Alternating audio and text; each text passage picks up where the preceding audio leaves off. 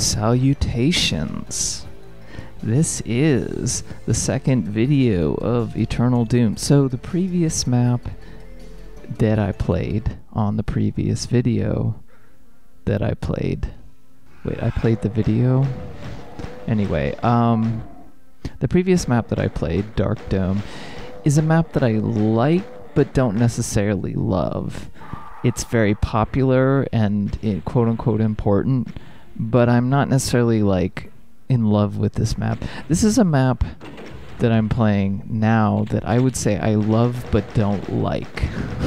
And I will explain to you why as we go on. So this map is called Silures. Silures? I don't know how to pronounce it. By Bob Evans.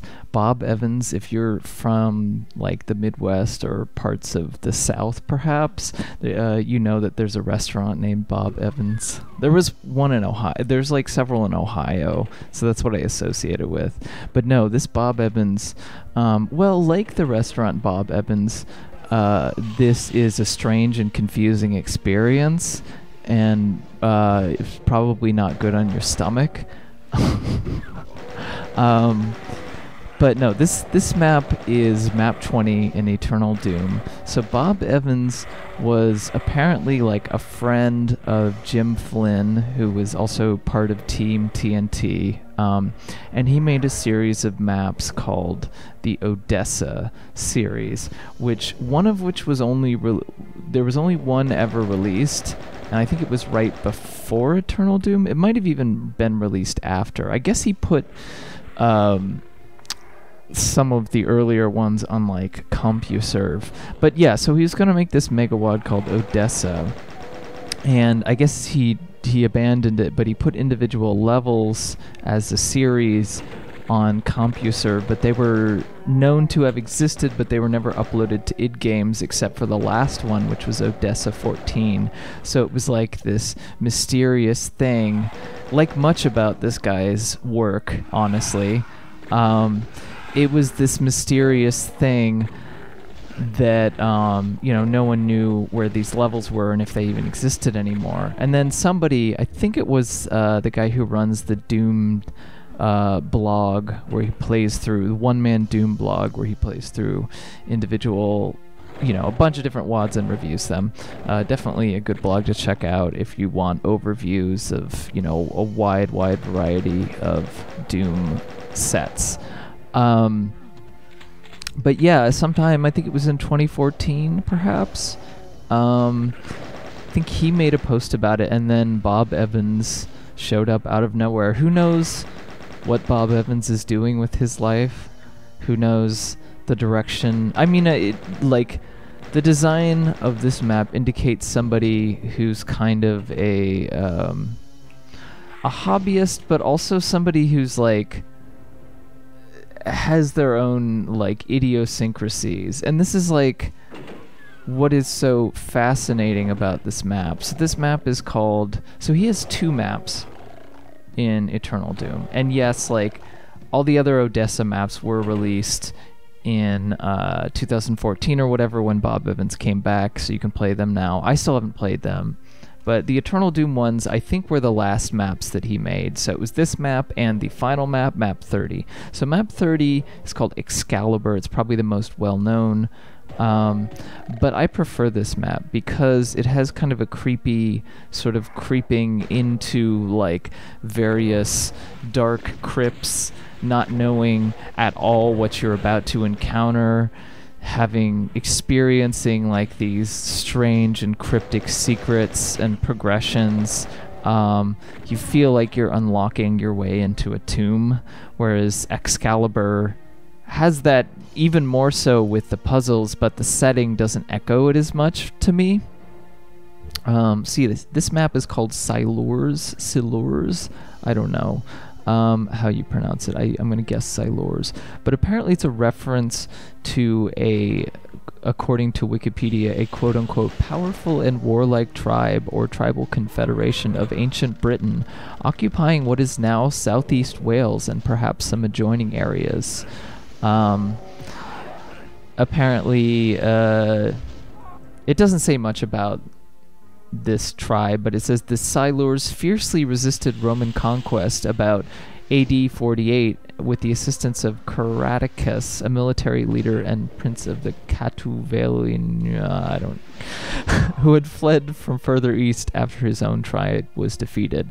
So I guess the notable thing about them, and perhaps why it seems like a lot of people maybe in the UK claim to have some sort of origin, like, you know, it's I guess it's as if saying you're like a Spartan or something, except with less like white nationalist tendencies, because I think they were darker skinned, Silures.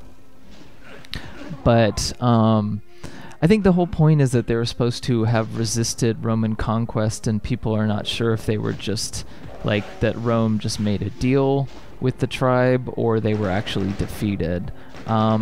So I imagine there's kinds of myths persisting about, like, you know, what this tribe is. It's kind of like the, you know, noble savage trope, I guess you could say, of like, you know, which is obviously racist and all that. We don't need to get into that, but like, this idea of some like ancient civilization that whose like mysteries or values have never been fully assimilated, and there's still these like mysteries, these things that you can never really fully penetrate into and understand from the perspective of like the outside. And I feel like that actually captures really well what this map does in terms of atmosphere and in terms of the overall feeling. So right now I would suggest to not watch any further into this playthrough if you don't want to be spoiled on pretty much everything in this map. And I would recommend actually playing through this map if you have any interest in it. Honestly, I would give it a shot. So stop the video right here and go and play the map if you want to, before I go and continue to spoil everything. Because this map is all in the figuring out how the fuck to get anywhere and unlocking secrets. And once you do, I wouldn't say that you solve some, you know, it doesn't, like, things don't become magically clear to you. It just, there's always this impenetrability to everything in this map, in terms of once you've figured out all the secrets, then you're sort of come back to the point where it's like, well, why was that like, why was that done? Because in the sort of traditional game design parlance, something that, you know, I used to watch a bunch of Jonathan Blow, the designer of Braid. I used to watch a bunch of his talks about game design and about puzzle design. And one thing that he and many other people will say about game design and puzzle design is that, you know, the ideas need to be refined.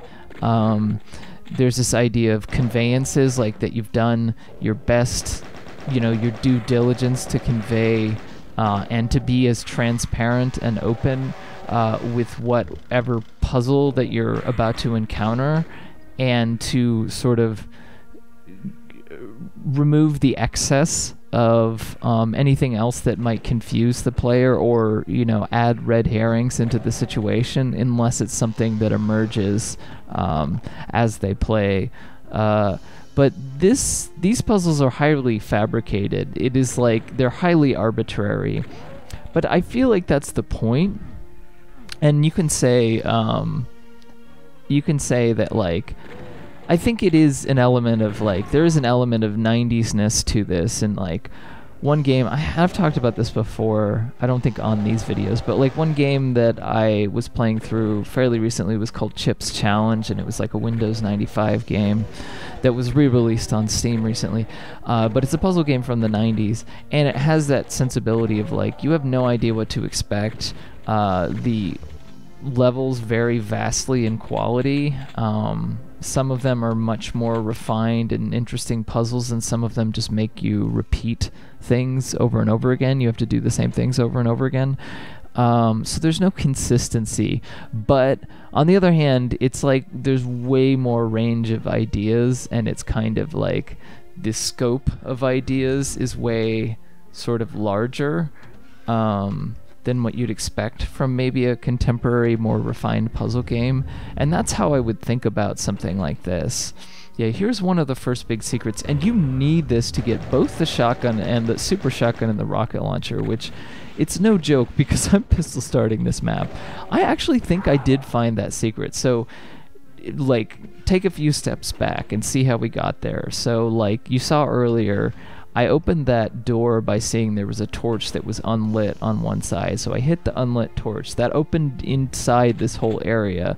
And that being part of that whole area didn't actually tell me where to go, but it did give a small hole into this room. So I'm supposed to come around and sort of click on the wall and hope that I can find that small room. And then I'm supposed to click on the wall to the left and be taken in this lift up, and once I run over that thing and hit that switch, then I will be able to like run along the platforms and access the super shotgun. But if I want to go even further, I actually kind of like this secret room. I don't know what activating, so this is like one of those what is it called, like instant trigger things, like silent triggers, I don't know, where it goes immediately from one thing to another, and like you drop down, and you have to like walk over those little shadowed parts to activate it. There's a lot of areas, like none of this that I'm describing right now is required at all. I could have advanced probably 3 or 4 minutes earlier into the map. I could have advanced to the next area of the map. This starting room is fucking brutal, like with all the chain gunners and stuff that I was going through. But the symbology of the room, of like, and that weird red brick texture that's on the ceiling. Here it's like some kind of wood texture, and there's that fence in the middle.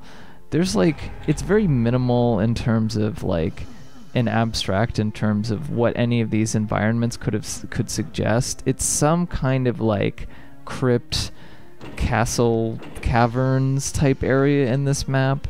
But you kind of just have to like extrapolate. But there's really like the maximum amount possible is trying to be done with something that might not look very... I mean, the map, like looking at this, yeah, these are the red brick things that I was talking about. I think I'm trying to figure out how to get to the next area here. Okay, and this is another room. And like many things, you don't usually activate statues in Doom or activate objects, because you have to actually step over like a line def or something, or you have to like either step over or hit like a switch.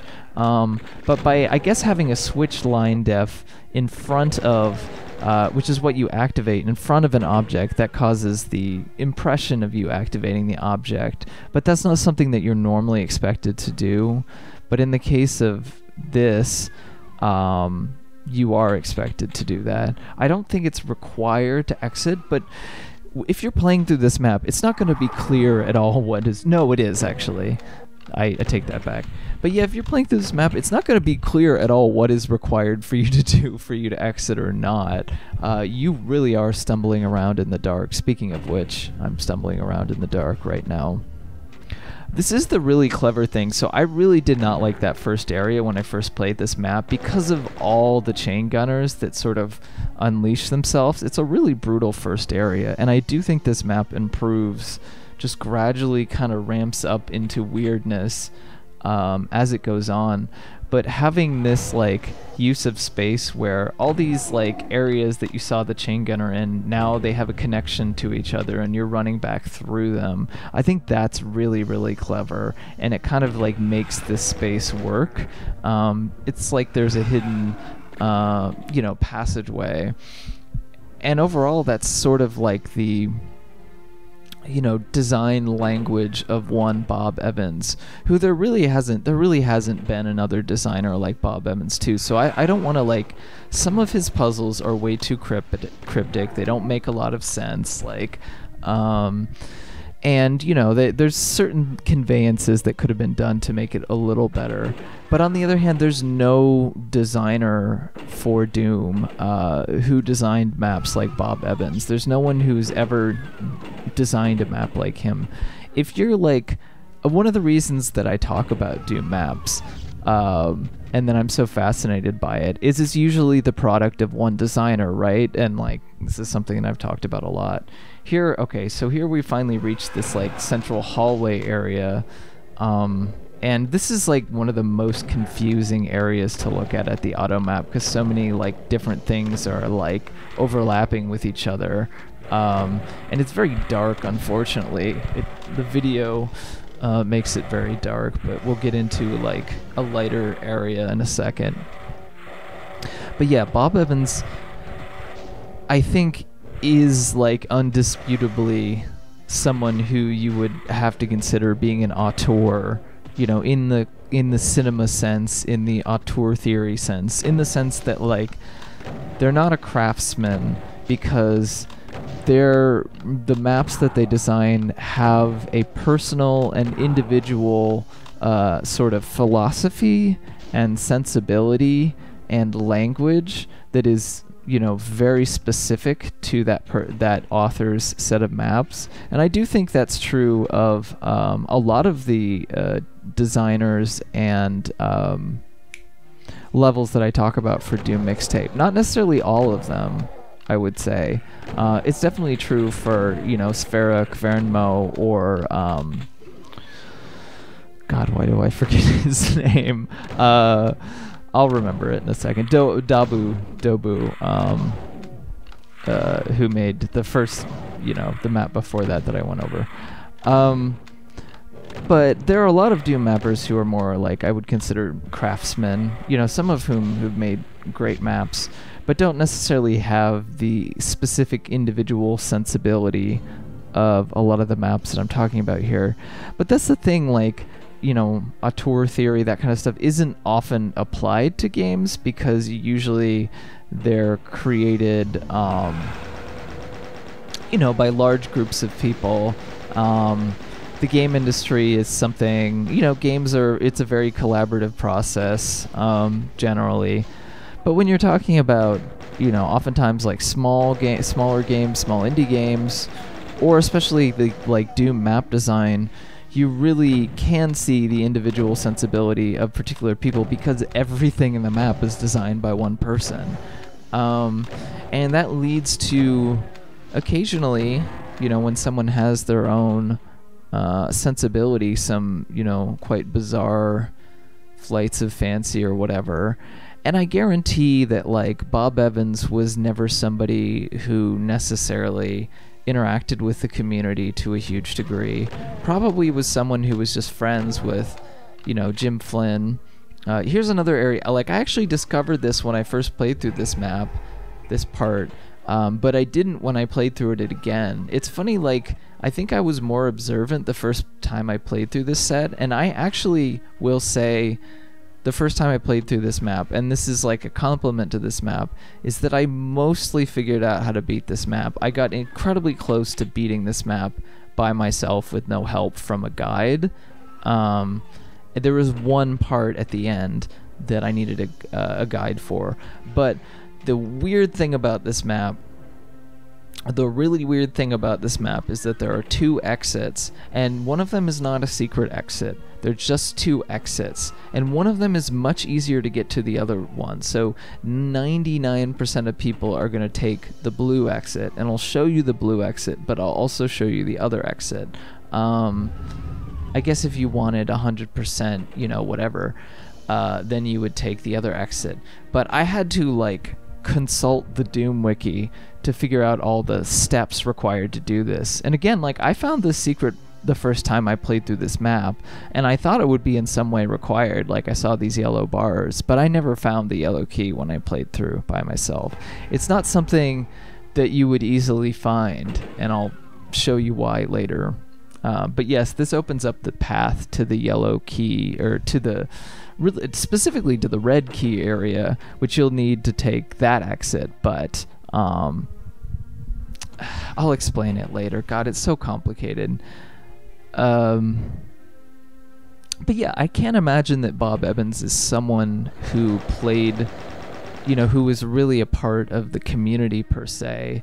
And I can't imagine that he's somebody who necessarily had their maps play tested by lots and lots of people. Maybe the Eternal Doom maps, but also the sensibilities were different because this is the 90s, and that's the sensibility of Eternal Doom overall, is they're trying to challenge the players as much as possible. They're trying to do all these new things to keep people interested in the old, format of Doom.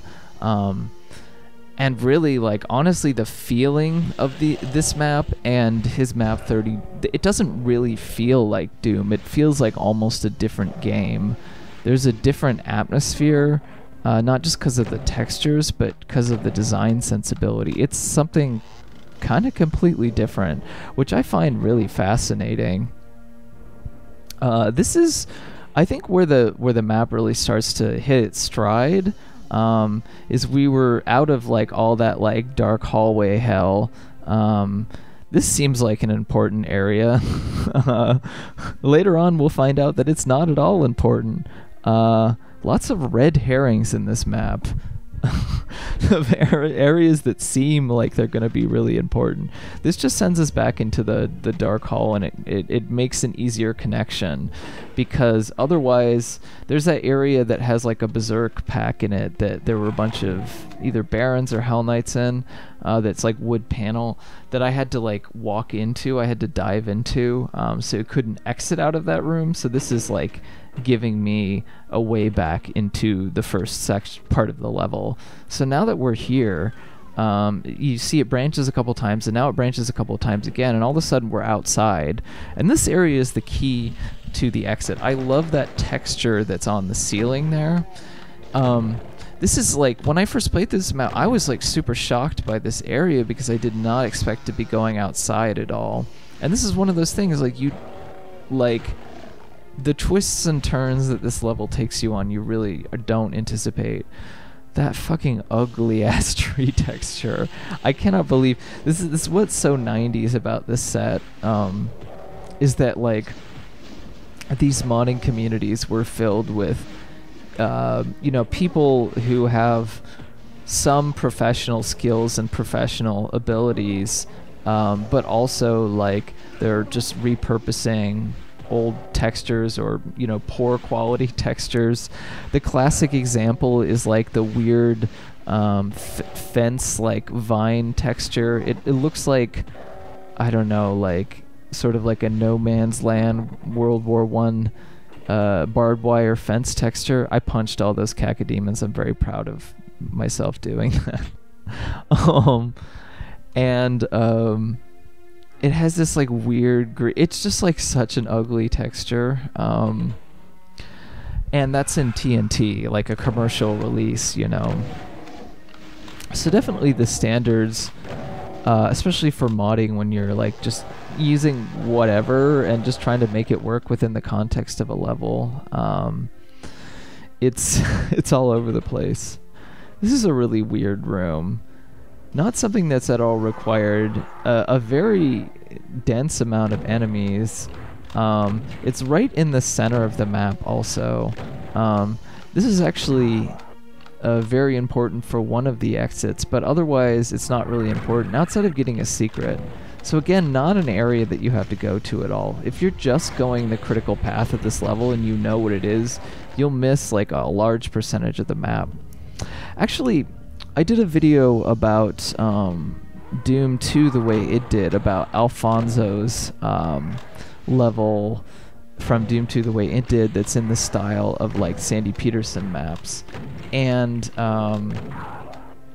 the thing about that map is the thing that is echoed in a lot of Sandy Petersen Doom 2 maps, is that if you know where to go, then the path from, where from the beginning to end is far shorter and far easier than if you don't. So this map is definitely easier for me because I knew how to get those secrets at the beginning with that super shotgun and the rocket launcher, and like, I guess if I were continuous playing, then I would have them already, but I also know the secrets, where the health are, where like extra ammo stockpiles are. I end up getting almost all the secrets except for one of them, which I know where it is, I just forgot how to get it, and it's annoying to get anyway. Yeah, this there is this secret here, but there's nothing required about this room. This room is kind of just a dead end. But you see this column lowers and raises. It seems like it's important. It actually is to an exit, but otherwise it's just a red herring if you take the other exit. If you take the exit that 99% of people will take, then this is just a red herring, and you don't need to use this at all. So, you know, when you're first playing through this map, it's like, what the hell was all of that other stuff then, you know? Like, there is that sense of, like, that whatever exists in this map, it exists beyond you and beyond your preferences, and, you know, it's just there to antagonize you, maybe. Yeah, so here we're back in a cave, and we're about to get to my very favorite area of this map, which is kind of the critical area. So here you can see we can pick up a blue key on the left, and you know, normally I could just walk by, and now I'm into this hallway with these like teleporters, but if I shoot here, it will open up this area, and normally you need to take like a teleporter to get up that to get on the other side of that key, but for some reason shooting there's like, will activate these lifts up and down, and I can just get up here now and completely skip that teleporter, and now I can just go and exit the map now. There's like one other area that I need to go to for the blue key, but you know, the direction that this map is pushing you, and it's pushing you really into that next room, this hallway with the teleporters. There's a chain gunner up there. There's a big room up here that seems important, and I guess is to an extent. It seems like this teleporter maze is important, and more crucially, it seems like this room is important. This room seems very important. It seems like this like clandestine castle. I love the texture here. This is my favorite room in the map in terms of atmosphere. There's that flashing like statue that we'll come back to in a second, and it's like obvious that you're supposed to get into this castle. It very much seems like the critical path. But I will spoil things for you and tell you, not only is this not needed for the blue key exit, the exit that 99% of people are going to be taking, this is not needed for the other exit at all either. This room is a complete red herring. It does get you a couple secrets maybe, but other than that, there's not much there.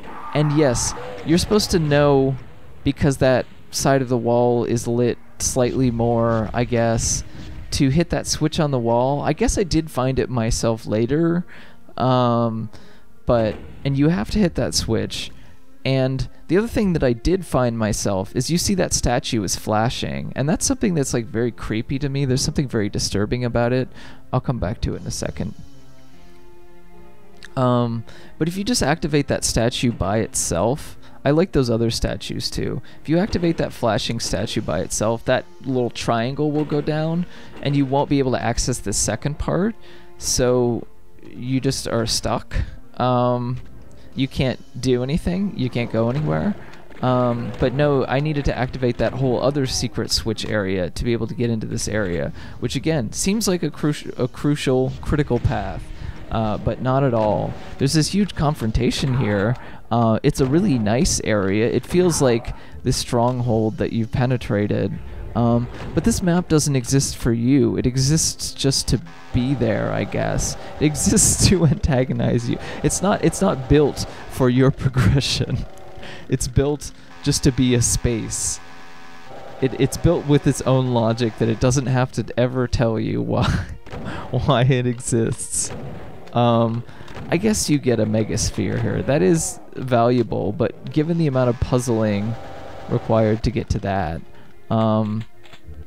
it's not much. And like, even here, like, you can't get into that hole area. You cannot get in there. It has opened back up, so I can exit out and come back to this area now. So there is some effort like put into conveyances and stuff so that you can return to areas. But yes, I have to hit that switch, which lowers that specific column, which will let me down in this area. Which, by the way, I have to run and grab the suit for, otherwise it will hurt me. And that's the only suit that's in this area. And this will give me the computer map to the level. So I guess if you look at that as being like this key, this larger key to unlocking the entire puzzle of the level, then maybe the computer map is the most useful thing. Lowering those bars has to be done through a secret.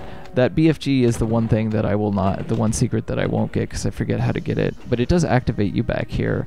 So there is like, obviously there's like, this is not just being cryptic for the sake of being cryptic. Like, it will, and it's not being cryptic just for the sake of antagonizing the player, because once you do solve a little chunk of the puzzle, it will return you to a previous chunk to give you more time to think about it. So there's clearly like a lot of intelligence going into this map design. And you know, when you talk about this map, like, this is something that is really embodies what people don't like about Eternal Doom. But when they're talking about Eternal Doom, they're really talking about this map and map 30 and maybe a few of Jim Flynn's maps. And it's almost a testament to those maps that they hold such a large piece of people's memory of what this set is. Because like I said in the earlier video, a lot of the maps are largely forgettable to me. A lot of the castle maps in this set. And this map, like, having played through the set finally for the first time, I had never played through this map before playing through the set proper. And this map was so bewildering to me, and so unlike everything else when I was playing through this map, that I was just like kind of shocked while I was playing through the entire set. But yeah, so another thing I want to say is, like, the previous map that I went over was voted number 9, you know, most memorable, most influential map. And this map was definitely not on that list. There was like a runner-up list that had map 30 by Bob Emmons, but it did not have this one. A lot of people consider this, you know, that to be more of his thing. I guess it's bigger and more cryptic, and it's also the final map of Eternal Doom, so that's why people remember it. It is certainly like an escalation. It's just it's an insane person who expects you to complete some of those puzzles. Like, the puzzles in that map, like the puzzles in this map, the fact that there's 2 exits, even though it makes no sense, I like the idea that, like, you know, and maybe that's a feature that he added. This is an absurd secret to, like, try and get to. You have to navigate around that wall, which I've just, like, not able to do. I just cheat and use, like, the jump thing, which I'm not supposed to do. But even then I still haven't unlocked the BFG, which is what is on the other side of this. This is another room that feels like a crucial path, but just ends. There's a lot of, like, dead ends that don't go anywhere, and that send you back, like, questioning. Like, the flow of this map is really interesting because there is a suggested flow. Like, there is a flow that's leading you towards either this room, which there is an exit that goes through this room, although in a much different path. You take a much different path to get to the exit. Or that other room, you know, with those statues that looks really imposing, that looks like, you know, something major is going to happen there. But no, you have to go through, you know, a tiny area, a tiny room, a room that I refer to as the gateway, because it's really the gateway to both of the exits in the map. That is this very inconspicuous room in the you know, context of, like, looking at the map. It's something that is, like, almost easy to miss. And the entrance to the room that I call the gateway is also very easy to miss. This teleporter puzzle also seems important. Really all you have to do is, this sent me back to this room, but really all you have to do is what was I gonna say? With the teleporter puzzle, I think all you have to. Okay, this is the gateway. This is the room that I was talking about. The most important room in this map is just this like weird hall with these like lit torches and these pinkies. And like you look at the layout of the map, and it just kind of like nestles in between like that circular room with a bunch of revenants and stuff. But this seems like just a room that you're going through to go to somewhere else. Like it's clearly a gateway to somewhere else, and it is, but it's also the most important room in this map. And it's the room that is going to be the key to unlocking everything else. If it sounds like I'm talking very like over dramatically or figuratively about this map, then you have not played this map. Because I can tell you that I am not. So I have to hit that switch and then hit that other switch, and it will open up this area, which is on the other side of the outdoor area, and then I have to exit out here, and that window will be down, and I have to run through those fast enough to see that window going down so that I can go outside. And then once I'm outside, then I'm very close to exiting the map with the blue key exit. So all those areas, those side areas that I went to with, you know, the castle, you know, imposing structure, whatever, that's not necessary. All that I had to do was that, and you can do that like once you get to that room. You don't have to even go through you don't have to go through the teleporters. You don't have to go through anything. You just have to run up to where that blue key is, pick it up, run back here, and then do that. So you can see the trees are all different from each other. Yes, you have to activate that tree. That is the one thing that I could not figure out by myself when I was playing this map. And this will send me back there. But this is the exit, the blue key exit, the exit that 99% of the people are going to find. And there's like a, you know, archvile that spawns in here. 2 archviles because I'm playing on ultraviolence. But normally, you know, I just hit that switch and exit the map. And I guess I don't know if I'm going to walk through that teleporter. But yeah, like, I was so puzzled when I first beat this map, thinking that, like, this is the exit? And I thought, like, the second time I played through this map, or maybe it was the third time, when I realized that you don't actually have to do very much, and that a lot of the areas that I went to were not required to get to the ending of the map, it almost felt like weirdly anticlimactic, because a lot of my favorite areas were, you know, not required. So I think that's why the experience of the playing through this map for the first time is really important, because it's almost like a dream. Like it has such a dream-like layout where you get out of that cavern and then all of a sudden you're outside and all these like branching paths, and then all of a sudden you're in this teleporter hallway, and then all of a sudden you're in this like castle area. And like when I played through it a second time and I didn't find some of the side secret areas that I did the first time, which I thought might have been required, because for all I know they could have been required. See, as you see that, it's the exit. For all I know they could have been required to unlock something, because I don't know, I've never played through the map before. I thought that I must have imagined that part. It was like something, maybe it was only something that existed in my memory or something. That's the kind of thing that a map like this will start doing to your brain. And I think it's fascinating. I don't know that I could take a whole set of this. From what I've heard, these sets, so this is the gateway to the yellow exit. You have to do a lot of complicated stuff with the teleporters. I have to hit that switch while it's like down, and then I have to run through that while it's down. And if I wait too long, those things will go back up and I have to redo that whole sequence again. So there was like a sequence of about 5 things that I had to do in a row there, to get to this yellow area, which I could see outside in an earlier secret, if you remembered, when I was fighting a bunch of chain gunners. And so this is the only key that you actually see, you know, from somewhere else early in the map, so it seems like it might be the one that's required. But also because I'm playing on UV, I'll show you in a second, but I can't get the key through any sort of normal means. But yeah, there's a kind of a surreal quality, and it's not explicitly surreal in terms of, you know, trippy visuals or something, but it's surreal in terms of like layout, in terms of like, you know, what is required to beat the map, where the switches are, like, you know, what, you know, like even here I have to run around the corner to activate that switch. There's just lots of things like that. So yes, I have to arch file jump to get this. And see, the thing is, you know that that's intentional.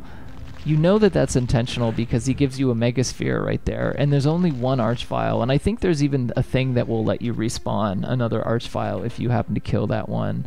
So that is very intentional. And it's not actually that I'm not like good at arch file jumps, but that's not actually that hard to do. The fact that it took me 3 tries is like unusual. So it was very clearly designed into the map to do that, which I find, like, you know, it's like clear that he expects you to do all these things.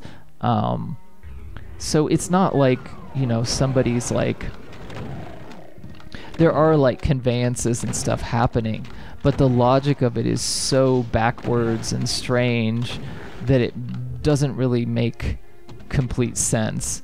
And I think more so in this map than map 30, because I did play through map 30.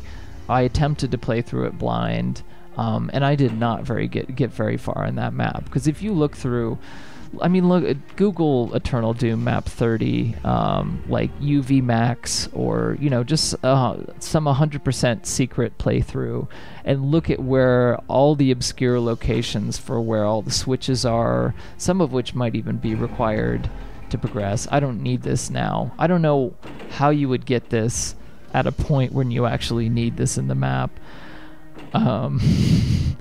But whatever. But yeah, if you look at Eternal Doom map 30 on YouTube, it's bizarre. It's something, though, that I'm glad it exists. I'm glad it exists. But this is a, like, map 30 in particular, and also this map, are things that people will consistently identify in an almost like sort of dare I say, like, moral panic about, like, this is what is wrong with Doom mapping, this obscure progression, this indulgent thing that makes no sense. This area seems important. It's branching right off the main path. I saw the yellow key. I saw this. Those are the two things that you can find pretty easily. This area is not in any way a crucial or critical path. The only thing that it gets me is that blue armor. And the only way that I can get there is by climbing on that corner of that yellow thing, because the lift only goes half the way down. So I can't even just activate the lift normally. Nothing works normally. It all has this, like, secret, bizarre, obscure logic to it. And that's, you know, and even here, like, I don't even get the blue armor. I don't, fuck you. You don't get the blue armor unless you know that there's a small, like, mistexture on a wall to the right here. Unless you can see that and hit that, then you can go up here. And no, you don't get to do anything else here other than get the blue armor, and you have to jump into the area, like, correctly. Otherwise, you know, too bad for you. So yeah, I mean, it's just like,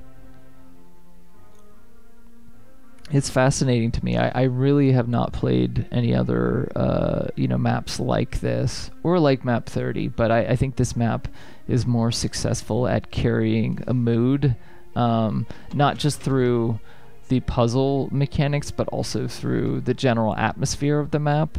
But if you compare this to, like, this is like really nothing when you compare it to modern maps in terms of detail level, even in terms of something like Alt, which has its own maps with obscure progression, often has, you know, more trippy visuals, or like more, you know, like things that are more pleasure for the eyes, and there's moments of relief. You know, there's some times where, I don't know where I'm going here. Oh, right, because I don't even need to go there. I can just unlock. I realized that. you know, and there's some maps that are very straightforward. Here, so I cannot exit through the blue exit now. I don't know why it does, but like if you go to where the blue exit is now, it'll say like exit closed. There's like a sign. So yeah, you have to find where the red key exit is now. I don't know anyone who would find this casually unless they were trying to 100% the level. But this is like well into Eternal Doom, into a lot of maps that are very difficult to 100%. I want to say though, I do really like this area, and if nothing else, this area is cool enough looking. Like fighting all these cacodemons on this like, you know, dark bridge is the one like really exciting, genuine combat moment of this map, and it is kind of satisfying and worth it. Not only because like you get to pick up the Megasphere as well, but it's just like good fodder for like rockets and stuff. This is like a fun area to fight in. Just because like even just the visuals of like coming up and seeing all the cacodemons in the distance. So that's like one reason why I'm, you know, interested in playing through this map fully and getting all the, because it's a cool place. But yeah, you saw that switch. It's not a normal switch. It's just like an X in the corner. By the time that you're this far into this map, you begin to expect things like that and look for that. So it does train you for it a little bit. I'd say this map more so than the other one, but even still, there's some things that are just like so bizarre. And yeah, after all that, after all this like craziness, which by the way, you know, if I were playing casually, it would take me so much longer. I'm making it look easy because I had played through this map several times. After all that, like, what has that gotten us? What is the answer? What is the solution to the problem? And there is no answer. There's no like clear philosophy, clear key. And I guess that is the kind of central mood or point of this map, and why I think it's kind of like an auteur type experience, is the whole message is that like there's no, yeah, see, exit closed. It deliberately does that. There's no reason to do that, but it does anyway, because it thinks that like if you were looking for that, then you would still exit that way and not see this other cool exit. But like, why is this important? Why do you need to even put another exit there? There's no bonus that you get for doing that. It's not a secret exit. It's very strange. And it sends you to the same, it doesn't even say like, congratulations. It literally sends you to the same place that the other exit does. So yeah, fascinating map. I would say, like I said, I love it, but do not like it. And I think I'm very done with this map. I would like to be done with Eternal Doom so that I can get back to playing maps that aren't designed by insane people. Or at least are more aesthetically interesting, because the 90s like detailing and style of this is a little rough for me. And this map is not, like Silures was not like a great map to look at necessarily. This is like intro text from Doom 2, so I apologize for that. I think I just hadn't loaded the correct WAD file to like for the Eternal Doom intro text, so, but you get the music and the background texture from Eternal Doom anyway. But yeah, I mean, you've already seen all the spoilers, but that's Silures. Stay tuned for the last part of the Eternal Doom. It'll be map 28, and then I'll move on to other stuff. Yeah, have a wonderful cryptic time.